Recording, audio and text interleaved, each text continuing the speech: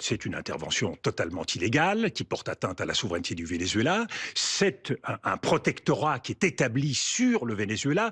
Et c'est en cela que nous devons, et c'est parfois difficile sur les plateaux, prendre la mesure de ce qui est en train de se passer. Et on le voit, C'est un bouleversement de l'histoire. c'est un basculement historique. Et la réaction que nous devons avoir doit prendre en compte ce qui est susceptible de venir, ce qui est en train de venir.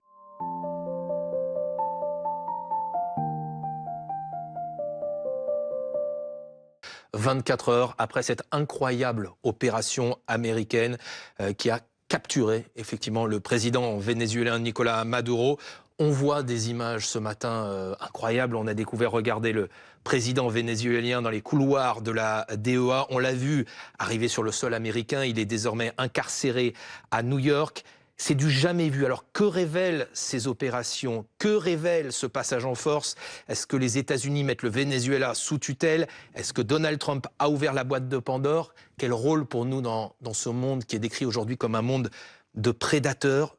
Dominique de Villepin, qu'est-ce que vous vous dites quand vous voyez ces images ce matin du président vénézuélien? Que nous avons un peu plus changé de monde, changé de seuil. Progressivement, nous nous habituons à un monde où toutes les règles sont effacées, où le droit n'existe plus, le droit international qui est censé régir les relations entre États, tout cela n'existe plus. Et on voit bien à travers les réactions sur la scène internationale et en particulier sur la scène européenne. Pour certains, cela n'a plus beaucoup d'importance. L'importance serait ailleurs. Alors en effet, le Venezuela, c'est loin. Ne l'oublions pas, nous Français, à 1000 kilomètres du Venezuela, dans le pourtour, en Guyane, dans les Antilles, il y a 1 million de Français. Nous avons également, au-delà de l'éloignement, le sentiment que tout cela est passager. Après Donald Trump, les choses reviendront à la normale. Non, c'est un changement profond qui se prépare depuis des années. C'est la marche vers des nouveaux empires et l'Amérique aujourd'hui est prise par une forme d'hubris où tout est possible. Et c'est la marque d'un illimitisme. Il n'y a plus de limite. Pas de limite à la puissance, pas de limite à l'appétit prédateur, la quête de ressources. Derrière Nicolás Maduro et derrière l'argument du narcotrafic, qu'on peut comprendre compte tenu du drame que cela représente pour les États-Unis. C'est l'un des arguments avancés par Donald Trump. C'est l'un des arguments. Mais justement, monsieur Villepin, pour justifier son opération, Donald Trump a invoqué justement la question du narcotrafic, narcoterrorisme, puisqu'il serait inculpé pour ça dans un comté américain. Est-ce que c'est pas un élément à prendre en compte? Barack Obama lui-même avait dit que le Venezuela était une extraordinaire menace pour les États-Unis. Il n'y a pas que Donald Trump, Alors, il y a quelques années. Il faut d'abord et avant tout dire à quel point personne ne regrettera Nicolás Maduro. Vous ne le regretterez pas? Certainement pas. Nicolás Maduro est à la tête d'un régime qui l'a mis en faillite. Un pays richissime, un pays pétrolier, un pays qui l'a mis en ruine, un pays qui connaît depuis des années une catastrophe humanitaire absolument sans précédent pour cette région. Donc vous saluez son départ ou vous condamnez cette opération? Laissez-moi terminer. Avec 8 millions d'exilés qui sont en Amérique latine et en Europe et aux États-Unis. Et bien sûr, une complicité avec un certain nombre de trafics et donc complicité mafieuse. Est-ce que cela justifie une opération comme celle-ci? Clairement, non. La souveraineté d'un État ne peut pas être mise en cause unilatéralement. Il y a un processus pour ça. Est-ce que les Nations Unies ont donné leur accord? Est-ce qu'il y a le consentement de l'État? Non, à y aucun compris moment. Pour un président qui a volé les élections en 2024. Ça a été dénoncé par toute la communauté internationale. Vous avez raison, mais est-ce que le premier réflexe de Donald Trump, c'est d'inviter le président élu à l'époque, M. Urrutia, à prendre le pouvoir à Caracas? Non. Et est-ce que le narcotrafic est véritablement la vraie raison? Ne l'oublions pas. Donald Trump a pris une mesure très importante il y a quelques jours.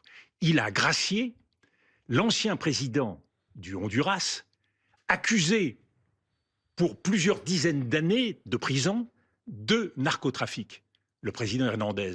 Donc, manifestement, il y a d'autres arguments. Alors justement, là où il faut prendre la mesure de ce qui se passe, mépris du droit international, atteinte à la souveraineté du Venezuela. Convoitise, je parlais d'illimitisme, bien sûr. Nous sommes dans un monde de rareté. Et la quête par les nouveaux empires de ressources, de territoires, constitue un objectif majeur. Le Venezuela, c'est la première réserve de pétrole au monde. Donald Trump vient de mettre la main sur la plus grosse station d'essence du monde. Mais il ne s'en cache pas. Précisément hier, dans sa conférence de presse, il assume parfaitement de vouloir envoyer les compagnies pétrolières américaines. Est-ce que pour vous, on peut même dire que la principale raison aujourd'hui, c'est une prédation américaine, une volonté de faire de l'argent avec le pétrole? Il y a une argumentation qui s'appuie sur le narcotrafic pour des raisons de légalité, également sur une opération de police qui trouve son fondement dans la décision de l'État de New York en 2020 et qui peut justifier un mandat d'arrêt contre Maduro. Mais nous voyons bien que cela ne suffit pas à justifier l'opération américaine. D'autant que nous sommes au milieu d'un processus dont nous ne connaissons pas exactement aujourd'hui l'aboutissement. Les forces américaines sont intervenues pour exfiltrer le président, sa famille, ses enfants. On va revoir ces images pendant que vous parlez qui sont absolument incroyables. Les images sont parlantes. Mais contrairement à ce qui s'est passé en Irak, il y a un changement de personne, pas encore un changement de régime. Les principaux protagonistes du régime sont en place. Le ministre de l'Intérieur, M. Diosdado Cabello, la vice-présidente, Delcy Rodriguez, le président du Parlement, le frère de Mme Rodriguez, tous ceux-ci sont en place. La vraie question, c'est, est-ce que c'est une opération qui se fait avec le maintien en place du régime, quitte à ce qu'une couverture soit donnée à ce régime, pour prendre la main sur les ressources pétrolières américaines, ou est-ce que c'est une véritable opération de régime et de protectorat sous direction américaine? Donc vous appelez à une forme de transition, de réorganisation du pouvoir des États-Unis, la première décision des États-Unis, c'est de reprendre le fil là où il a été interrompu sur le plan démocratique. Et donc de faire en sorte que le président élu, M. Urrutia, puisse prendre le pouvoir, que Mme Corina Machado, la prix Nobel de la paix, puisse jouer un rôle compte tenu de la force morale qu'elle représente. Mais Donald Trump et que le peuple vénézuélien puisse être amené à choisir. Donald Trump, manifestement, nous sommes dans une opération qui aujourd'hui laisse présager une transition au long cours, le temps pour les États-Unis, et il l'affirme. Il dit que les États-Unis vont diriger le Venezuela. Ça vous choque pas, ça ? Diriger l'administration, mais bien sûr que ça me choque. C'est quoi, c'est une occupation ? Bien sûr, établir un protectorat, et à partir de là, gérer bien sûr les ressources du Venezuela. Ne l'oublions pas, le Venezuela est frontalier du Guyana, où viennent des découverte également des ressources pétrolières tout à fait considérables. Donc il y a un enjeu économique majeur. Comment vous qualifiez le fait que Donald Trump dise on va diriger le pays? C'est une colonisation, c'est une occupation, c'est quoi? C'est une mise sous tutelle pour vous? C'est une intervention totalement illégale qui porte atteinte à la souveraineté du Venezuela. C'est un protectorat qui est établi sur le Venezuela, et c'est en cela que nous devons, et c'est parfois difficile sur les plateaux, prendre la mesure de ce qui est en train de se passer. C'est un bouleversement de l'histoire? C'est un basculement historique, et la réaction que nous devons avoir doit prendre en compte ce qui est susceptible de venir, ce qui est en train de venir. Premier élément, permettez-moi, premier élément qui doit guider notre réaction. Le message qui est apporté est interprété par certains comme un message très dur vis-à-vis de la Chine et vis-à-vis de la Russie. Je crois exactement l'inverse. Pourquoi? Parce que c'est un message d'un empire qui se comporte de façon impériale et qui, en quelque sorte, dit aux autres empires « moi, dans ma zone d'influence », selon les principes de la doctrine Monroe, dans l'hémisphère occidental, je fais ce que je veux, je me sers, je prends les richesses là où elles sont. Et le message donc adressé à la Chine et à la Russie, dans votre propre hémisphère, libre à vous de vous servir. Voilà ce qu'aujourd'hui le président Xi et le président Poutine peuvent comprendre. Donc c'est la logique des blocs qui prévaut. C'est la logique des blocs et c'est la logique de l'influence. Et malheureusement, qu'est-ce qu'on constate? C'est que s'il y a un endroit, un continent où ceci n'est pas compris, c'est l'Europe. La réaction des dirigeants européens, la réaction d'Emmanuel Macron montre deux choses. La réaction d'Emmanuel Macron, on va la voir, Monsieur le Premier ministre. Le président de la République qui juge, je cite, que le peuple vénézuélien est aujourd'hui débarrassé de la dictature de Maduro et ne peut que s'en réjouir. La transition à venir doit être pacifique, démocratique et respectueuse de la volonté du peuple vénézuélien. Aucune condamnation de l'usage de la force. Qu'est-ce que vous pensez de cette réaction du président français? Que l'on puisse se réjouir ou ne pas regretter le départ de Nicolas Maduro, je le redis, je le comprends parfaitement et je partage ce sentiment. Mais ce qui se joue va bien au-delà du Venezuela, a une dimension politique et symbolique extrêmement forte. Ce qui se joue, et c'est en cela que ça nous concerne, nous Français et Européens, c'est un changement complet de l'ordre international.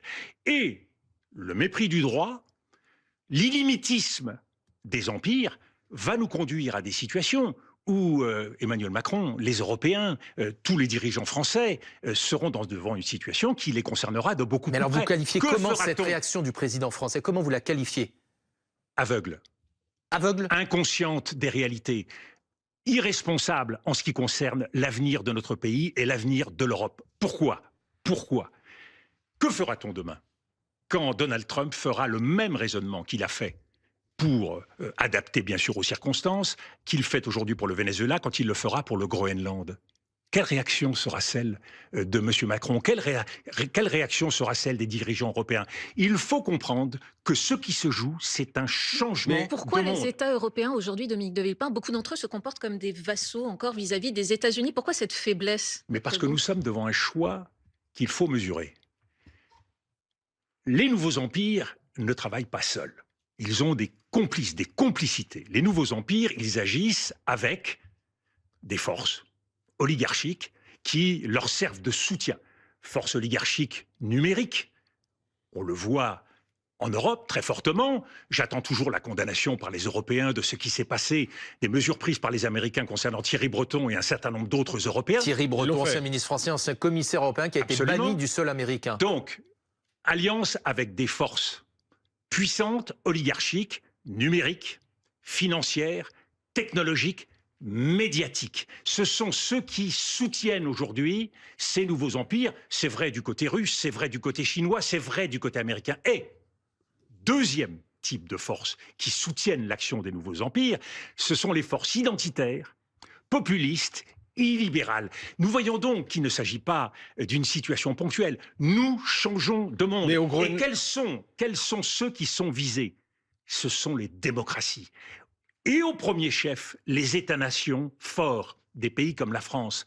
Ces États-nations, eh bien, ils constituent une gêne pour ces empires. Ils sont embarrassants. Et donc, il faut balayer tout ce qui est susceptible de gêner ces empires sur le volonté d'illimitisme.